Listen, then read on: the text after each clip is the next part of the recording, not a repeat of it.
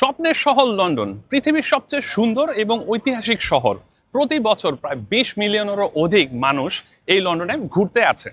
কি আছে এই লন্ডন শহরে, কেনই বা মানুষ আসে এখানে ঘুরতে? তো আজকে আপনাদের ঘুরিয়ে দেখাবো এই এন্টায়ার লন্ডন এবং তুলে ধরবো লন্ডনের সবকিছু। আর আমি গ্যারান্টি দিচ্ছি এভাবে লন্ডন আপনাদের কেউ আগে কখনো ঘুরিয়ে দেখায় নাই বা তুলে ধরে নাই। সো এন্টায়ার ব্লগটির এন্ড পর্যন্ত আমাদের সাথেই থাকুন। লন্ডন পৃথিবীর অন্যতম ঐতিহাসিক সমৃদ্ধ শহর, যার শুরুটা হয়েছিল 2000 বছর আগে।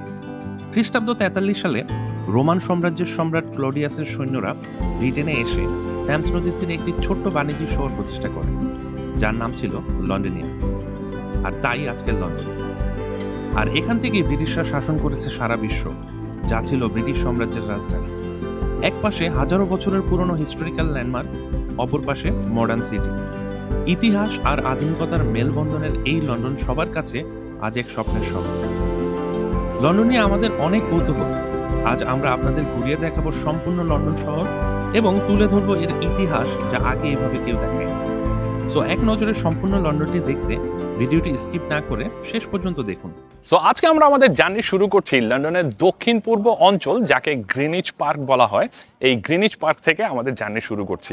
আর গ্রিনিচ পার্কে আসার উদ্দেশ্য হচ্ছে লন্ডনের ন্যাচারাল যতগুলো ভিউইং পয়েন্ট আছে, এর মধ্যে সবচেয়ে বেস্ট ভিউইং পয়েন্ট হচ্ছে এই গ্রিনিচ পার্ক। এখান থেকে দেখুন সম্পূর্ণ এন্টায়ার লন্ডনটি আপনি দেখতে পারবেন। আর এই ভিউইং পয়েন্ট থেকে যেই নিচে ইউনিভার্সিটি দেখা যাচ্ছে, এটি হচ্ছে গ্রিনিচ ইউনিভার্সিটি। সো নদীর পার ঘেঁষেই, থ্যামস নদীর পার ঘেঁষেই এই গ্রিনিচ ইউনিভার্সিটি স্টাবলিশড হয়েছে। সো আমরা আমাদের জার্নি শুরু করলাম এখান থেকে। সো একে একে আমরা সেন্ট্রাল লন্ডনের দিকে যাব এবং যত আইকনিক প্লেসগুলো আছে সবই তুলে ধরবো। তো আমরা এখন যাচ্ছি গ্রিনিচ ইউনিভার্সিটিতে। কাছ থেকে থ্যামসের পার থেকে আপনাদের এই অংশটা তুলে ধরবো। আর এখানে মাঝখানে যে ভবনটি দেখা যাচ্ছে, এটা কিন্তু কুইন এলিজাবেথের হোম, এটা তার জন্মস্থান, বার্থ প্লেস। সো আমরা হাঁটতে হাঁটতে চলে এসেছি কুইন্স হাউসের সামনে। এটা কিন্তু ফ্রি এন্ট্রি, এখানে আপনারা ফ্রি ভিতরে ঢুকে অ্যাক্সেস করতে পারবেন। বর্তমানে এটা একটা মিউজিয়াম হিসেবে ব্যবহার হচ্ছে। আর আমি এই যে জায়গাটাতে দাঁড়িয়ে আছি, এটা কিন্তু কুইন এলিজাবেথ টু বা second Elizabeth, even Queen Mary এবং হেনরি 7 যে ছিল কিং, তাদের বার্থ প্লেস। সো এটাই হচ্ছে কুইন্স হাউস, গ্রিনিচ ইউনিভার্সিটির ঠিক অপোজিটেই।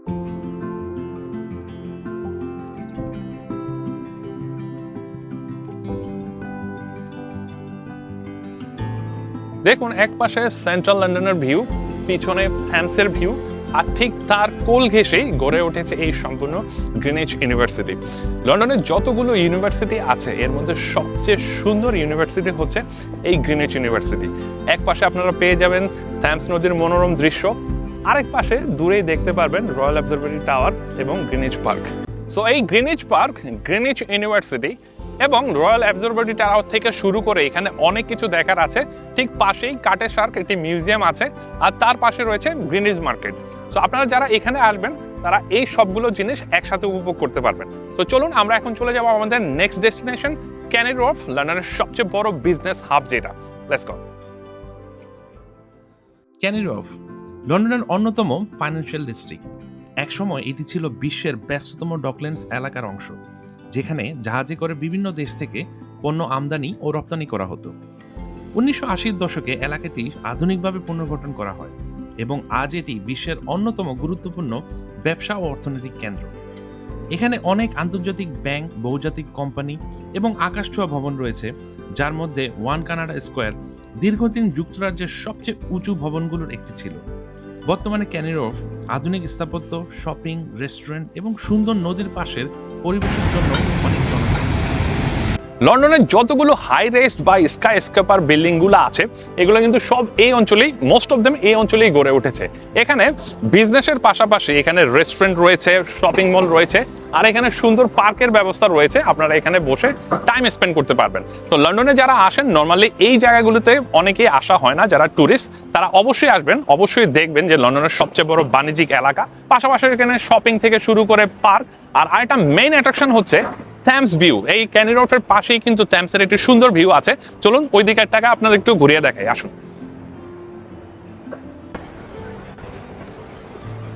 ক্যানারি হোয়ার্ফের ব্যস্ততম এলাকা পার হয়ে আমরা দক্ষিণ যে অংশটা, সেটাতে চলে এসেছি। এই অংশটাতে আসলে আপনারা ঠিক থ্যামস নদীর পাড়েই খুব সুন্দর একটা পার্ক পাবেন। এখানে বসার জায়গা আসছে। পাশাপাশি টেমস নদীর পাশে এখান থেকে দাঁড়িয়ে সেন্ট্রাল লন্ডনের একটা সুন্দর ভিউ পাওয়া যায়। আসুন আপনাদের দেখাই। ঠিক এখানে আসলে ওই যে দূরে দেখুন সেন্ট্রাল লন্ডনের ভিউ দেখা যাচ্ছে। এগুলা কিন্তু হিডেন জ্যাম, এগুলো অনেকেই জানে না। সো লন্ডনে যারা আসবেন, ক্যানারি ওয়ার্ফ যারা উপভোগ করবেন, তারা এই জায়গাটাতে অবশ্যই আসবেন। সেন্ট্রাল লন্ডনের মেইন যেই লোকেশনগুলো, টাওয়ার ব্রিজ, তারপর ওয়েস্টমিনিস্টার, এগুলো তো আপনাদেরকে আমরা দেখাবোই, কিন্তু ওইখানে প্রচুর ক্রাউডের কারণে ঠিকমতো উপভোগ করা যায় না। আপনারা যদি পিসফুলি এইরকম সেন্ট্রাল লন্ডনের সাইট সিন বা ভিউ উপভোগ করতে চান, তাহলে এই জায়গাগুলোতে অবশ্যই আসতে হবে। তাই আমি চেষ্টা করছি মেইন অ্যাট্রাকশন বা আইকনিক প্লেসগুলোর পাশাপাশি আপনাদেরকে এই হিডেন জায়গাগুলো তুলে ধরতে। আসুন দেখুন কত সুন্দর ভিউ, সেন্ট্রাল লন্ডনের সুউচ্চ বিল্ডিংগুলো মেঘের ভিতরে, মেঘের মধ্যে ঢুকে আছে, মনে হচ্ছে যে মেঘের মধ্যে ভাসছে। তো আপনারা চাইলে এখানে বসেও টেমস নদীর পারে এই সেন্ট্রাল লন্ডনের একটা মনোমুগ্ধকর দৃশ্য আপনারা উপভোগ করতে পারবেন। তো চলুন, আমাদের নেক্সট ডেস্টিনেশন হচ্ছে টাওয়ার গেট বা টাওয়ার ব্রিজ, সেখানে চলে যাব। Let's go. সো আমরা এখন চলে এসেছি টাওয়ার ব্রিজ। আমার পিছনেই দেখতে পাচ্ছেন, এটা যদিও অনেকে লন্ডন ব্রিজ নামে জানে, বাট বেসিক্যালি এটার নাম হচ্ছে টাওয়ার ব্রিজ। আর লন্ডন ব্রিজটা হচ্ছে বেসিক্যালি টাওয়ার ব্রিজের ঠিক অপর পাশেই ওই অংশটাতে হচ্ছে লন্ডন ব্রিজ। আমরা ওই পাশটাতে যাব এবং দেখাবো। সো এই অংশটাতে কি কি দেখার আছে? এই অংশটাতে এই ওয়ান অফ দ্য ল্যান্ডমার্ক, যেটা প্রায় 200 বছরের পুরনো এই টাওয়ার গেট ব্রিজ, ঠিক তার পাশে হচ্ছে টাওয়ার অফ লন্ডন, প্রায় 1000 বছরের পুরনো ক্যাসেল। আর তার ওই পাশে হচ্ছে মডার্ন সিটি ভিউ, আর তার আরেকটু সামনেই গেলে হচ্ছে লন্ডন ব্রিজ। এই স্পটটাতে বেসিক্যালি আপনারা 4টা জিনিস একসাথে দেখতে পারবেন, আর এন্টায়ার জিনিসগুলো কিন্তু পাশাপাশি। সো চলুন একে একে আমরা আপনাদের সম্পূর্ণ এই অংশটা ঘুরিয়ে দেখাই। টাওয়ার ব্রিজ, আমরা অনেকে একে লন্ডন ব্রিজ নামে জানলেও এর আসল নাম হচ্ছে টাওয়ার ব্রিজ। টাওয়ার ব্রিজ নির্মাণের পরিকল্পনা শুরু হয় 1870-এর দশকে, যখন লন্ডনের টেমস নদী পারাপারের জন্য একটি নতুন সেতুর প্রয়োজন দেখা দেয়। বহু নকশা পর্যালোচনার পর স্থপতি স্যার হোরেস জনস এবং প্রকৌশলী স্যার জন উলফবেরি এর নকশা অনুমোদিত হয়। ব্রিজটির নির্মাণ কাজ শুরু হয় 1886 সালে এবং সম্পন্ন হতে প্রায় 8 বছর সময় লাগে। অবশেষে 30 জুন 1894 সালে তৎকালীন প্রিন্স অফ ওয়েলস এবং তার স্ত্রী প্রিন্সেস আলেকজান্দ্রা আনুষ্ঠানিকভাবে টাওয়ার ব্রিজের উদ্বোধন করে। সো টেমস নদীর উপরে নদী পারাপারের জন্য টোটাল ব্রিজ, ফেরি এবং আন্ডারপাথওয়ে সহ অলটুগেদার 200-র মতো ব্রিজ এখানে আছে। এর মধ্যে টাওয়ার ব্রিজ অন্যতম একটি, আর এটি কিন্তু একটি গেটের মতো কাজ করে। এখানে মাঝখানের যে অংশটি দেখতে পাচ্ছেন, বড় কোনো লঞ্চ বা শিপ আসলে এটা কিন্তু অটোমেটিক খুলে যায়। এই যে দেখুন আমার পিছনে এখন এই যে ব্রিজটা খুলতেছে, ওপেন হচ্ছে, পুরা গেটটা কিন্তু ওপেন হয়ে গেছে, উপরের দিকে উঠে গেছে পুরা 2টা পার্ট, একবারে পুরা গেটের মতো ওপেন হয়ে গেছে এটা। আর উপরে যে 2টা অংশ দেখতে পাচ্ছেন, এটা দিয়ে কিন্তু হাঁটা যায় গ্লাস পথে, আপনারা টিকিট কেটে উপরে উঠতে পারবেন। 2টা যখন খোলে একবারে কিন্তু 90 ডিগ্রি ওপেন হয়ে যায়, একবারে বিশাল একটা স্পেস ক্রিয়েট হয় এখানে। ওই যে নিচে দেখতে পাচ্ছেন, এখান থেকে এটাকে কন্ট্রোল করা হয়, এটা হচ্ছে কন্ট্রোল রুম। এখান থেকে যে এন্টারভিসটা আছে এটা কন্ট্রোল করে এটা এভাবে নামানো হয় এবং উঠানো হয়।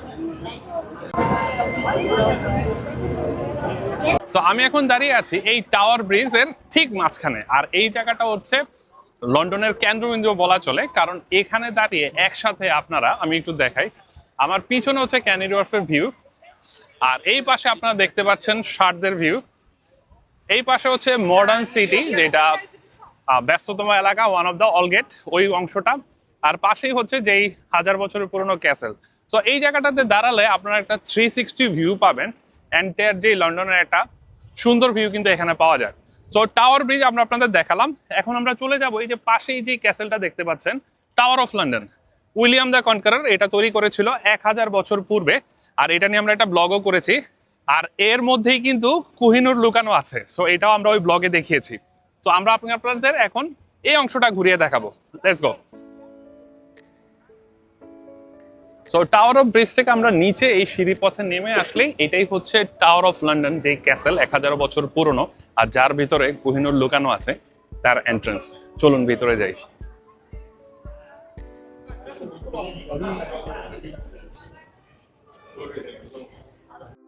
টাওয়ার অফ লন্ডন, ইংল্যান্ডের রাজা উইলিয়াম দ্য কনকারার 1066 সালে নরমান বিজয়ের পর লন্ডনের নিজের ক্ষমতা প্রতিষ্ঠার জন্য এই দুর্গটি নির্মাণের সিদ্ধান্ত নেন।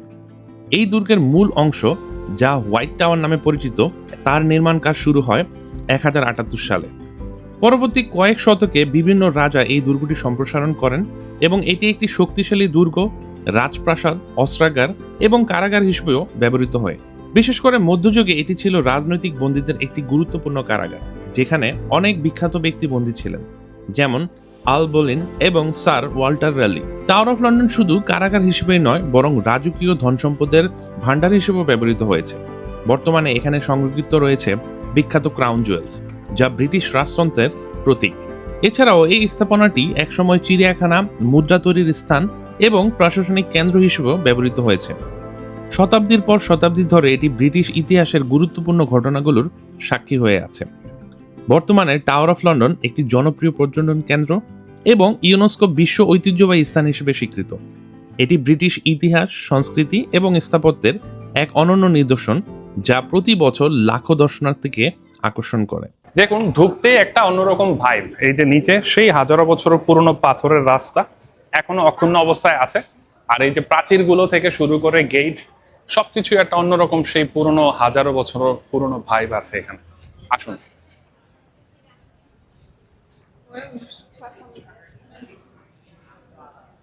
সো এই পথে এন্ট্রান্সে ঢুকে আসলেই হচ্ছে ডান দিকে ক্যাসেল, এর আরেকটা এন্ট্রান্স আছে ওই পাশ দিয়ে।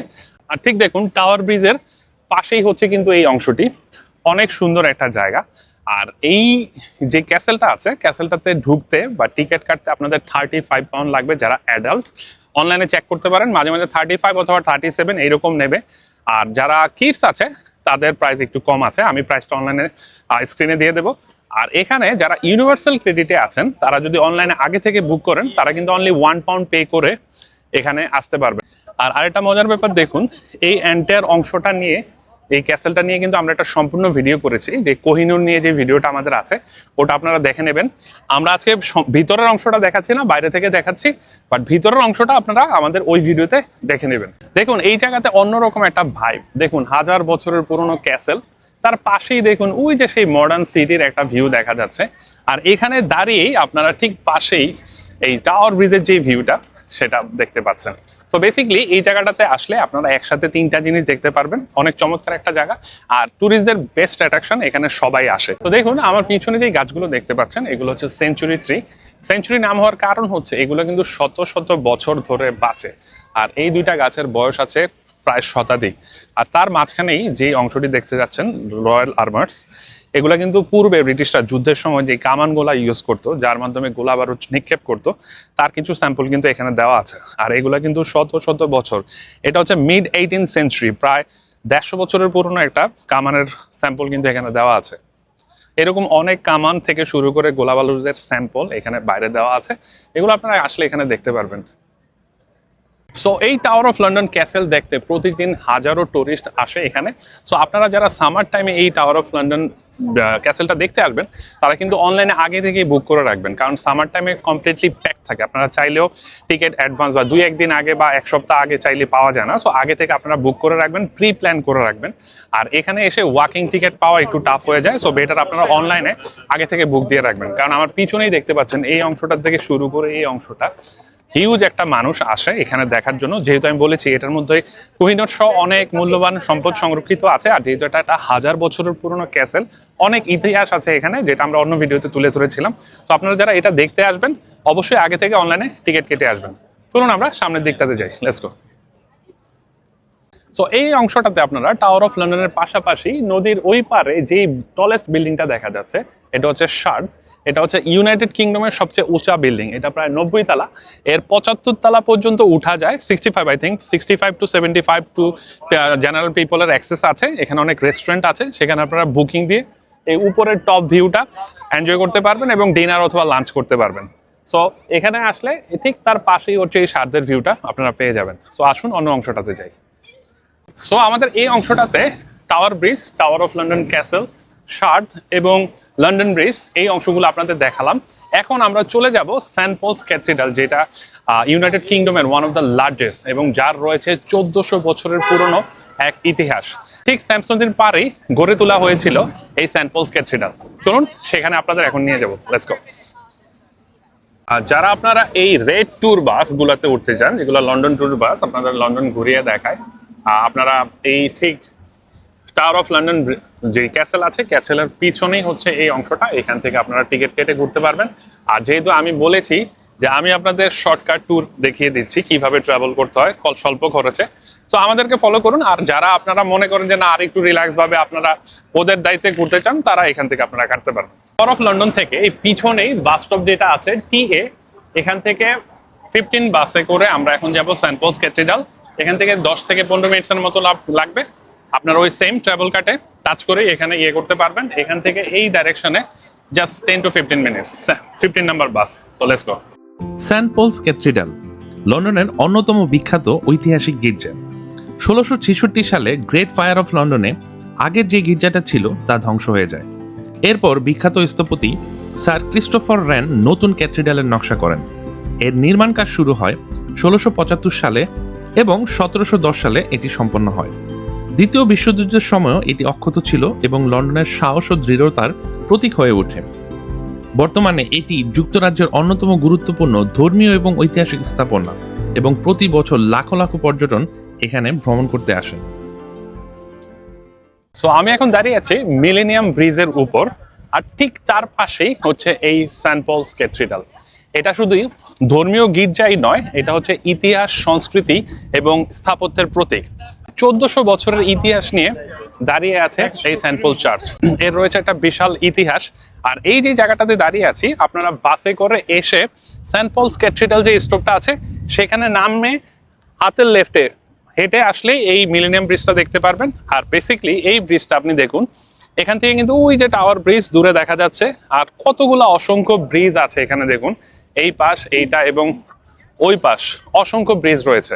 আর এক্স্যাক্টলি এই মাঝখানে দাঁড়িয়ে এই ক্যাথিড্রালের যে ভিউটা, এটা হচ্ছে অস্থির একটা ভিউ, অসম্ভব সুন্দর। সো আপনারা এই মিলেনিয়াম ব্রিজ উপভোগ করার পর তারপর সোজা চলে যাবেন সেন্ট পলস ক্যাথিড্রাল, কাছ থেকে উপভোগ করবেন।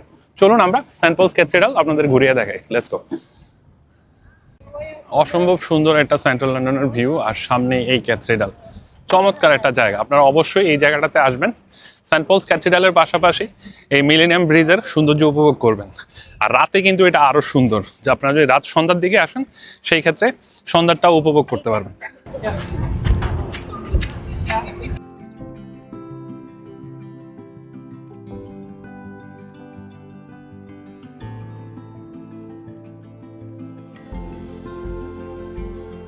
সো এই সেন্ট পলস ক্যাথিড্রালে আপনারা ঢুকতে পারবেন, ঘুরে দেখতে পারবেন। তার জন্য অনলাইনে আপনাদের 22 থেকে 24 পাউন্ড, ডিপেন্ডস অন ডে, 24 পাউন্ডের মতো পে করে আপনারা অনলাইনে বুকিং দিয়ে অথবা এখানে এসে কেটে ঘুরতে পারবেন।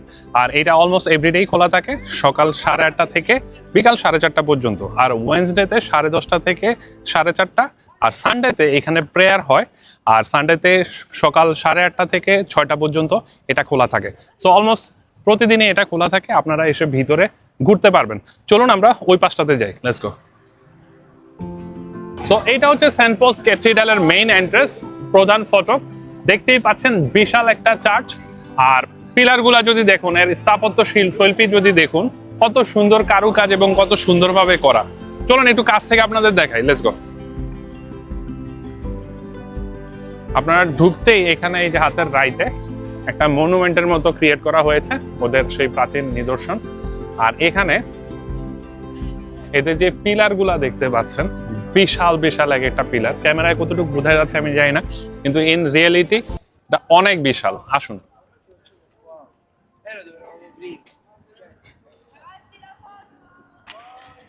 পিলার গুলা দেখুন, এত মজবুত করে তৈরি করা।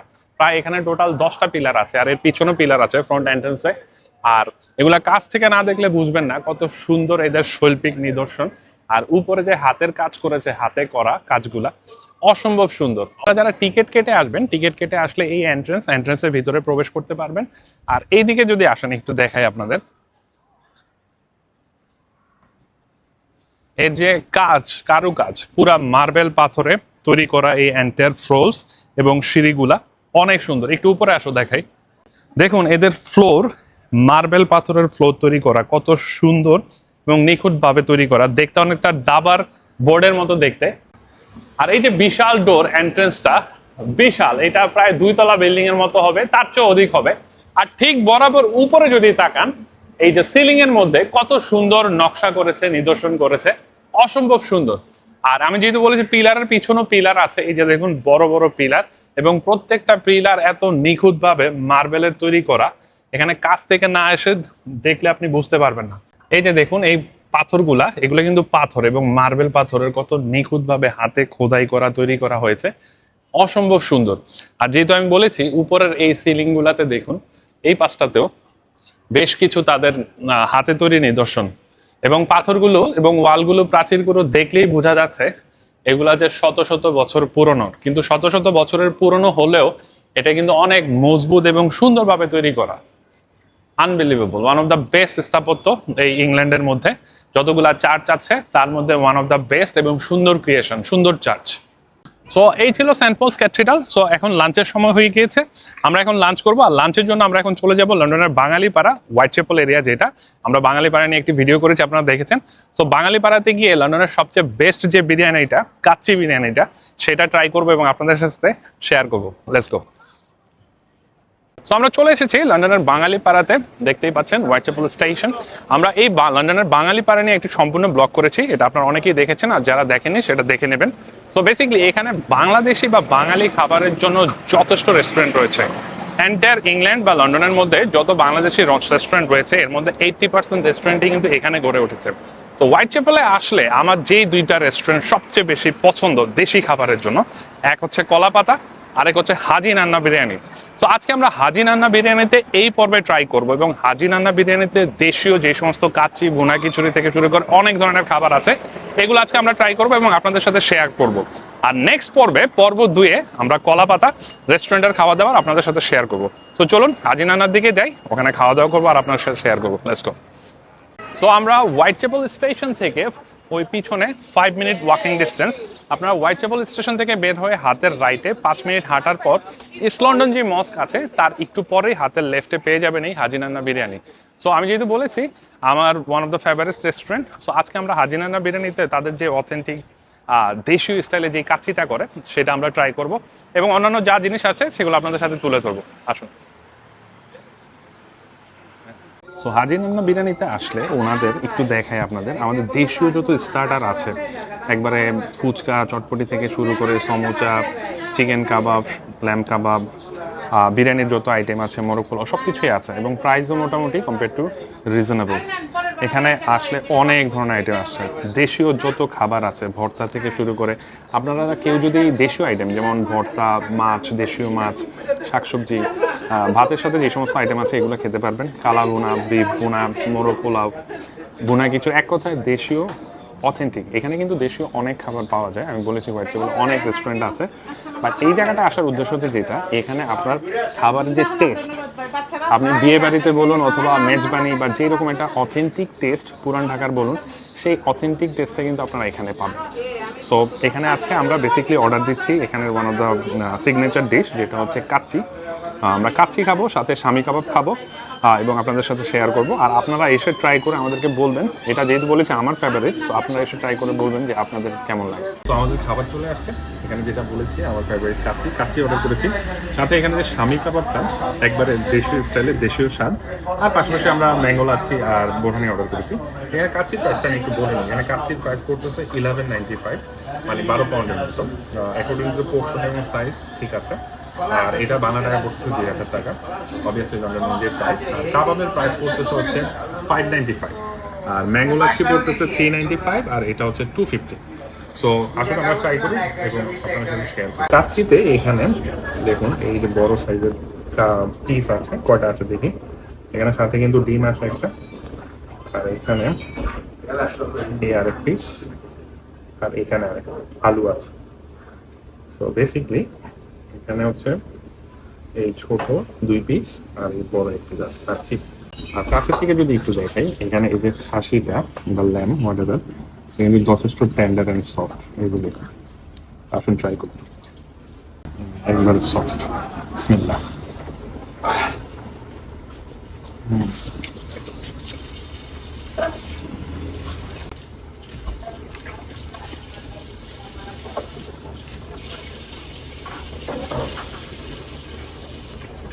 স্বাদের কথা যদি বলি, 10 out of 10। আমাদের দেশীয় যে অথেন্টিক যে শাকটা কাচ্চি, পুরান ঢাকা বলেন অথবা কাচ্চি ল্যান্ড বা সুলতান ল্যান্ড, সেম। আর এটা হচ্ছে নর্মালি কাচ্চি ডাইন বা সুলতান ডাইনে কিন্তু বাসমতি রাইসটা ইউজ করে, এটা কিন্তু দেশের যে অথেন্টিক চিনি গুঁড়া যে রাইসটা সেটাই ইউজ করে।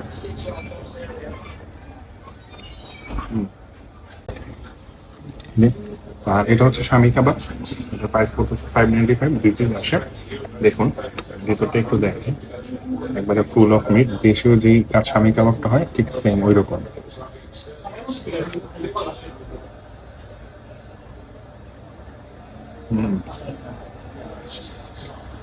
অনেক মজা।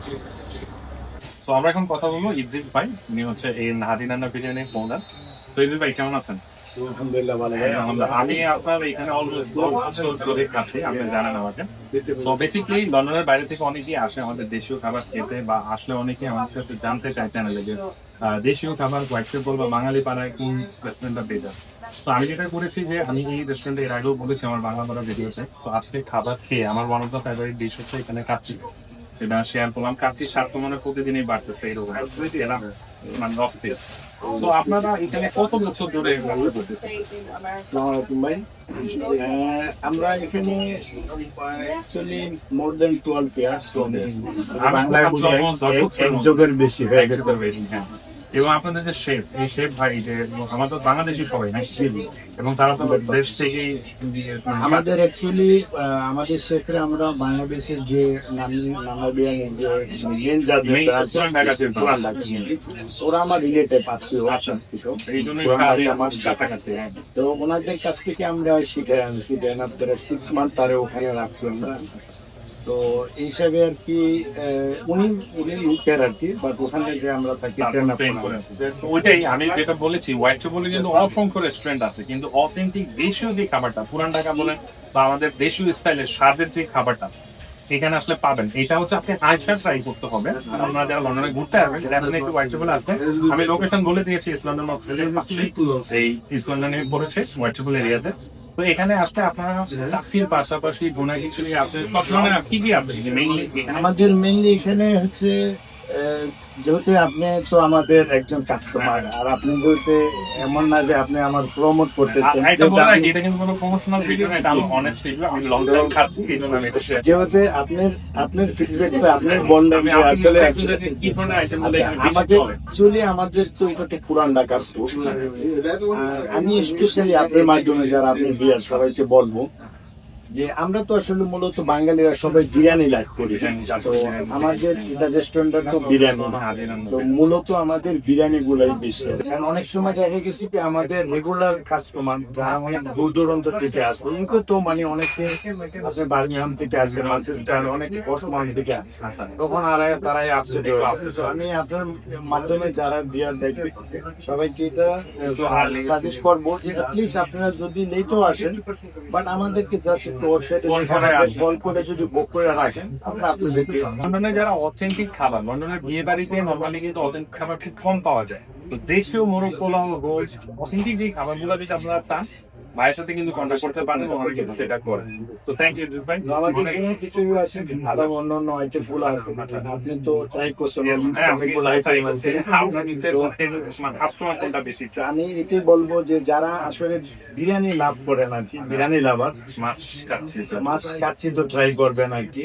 আর হচ্ছে যদি ইউকেতে আপনি কম্পেয়ার করতে চান, আলহামদুলিল্লাহ আমাদের কাস্টমার ফিডব্যাক এসেছে। তো বিরিয়ানি খাইতে হলে আমাদের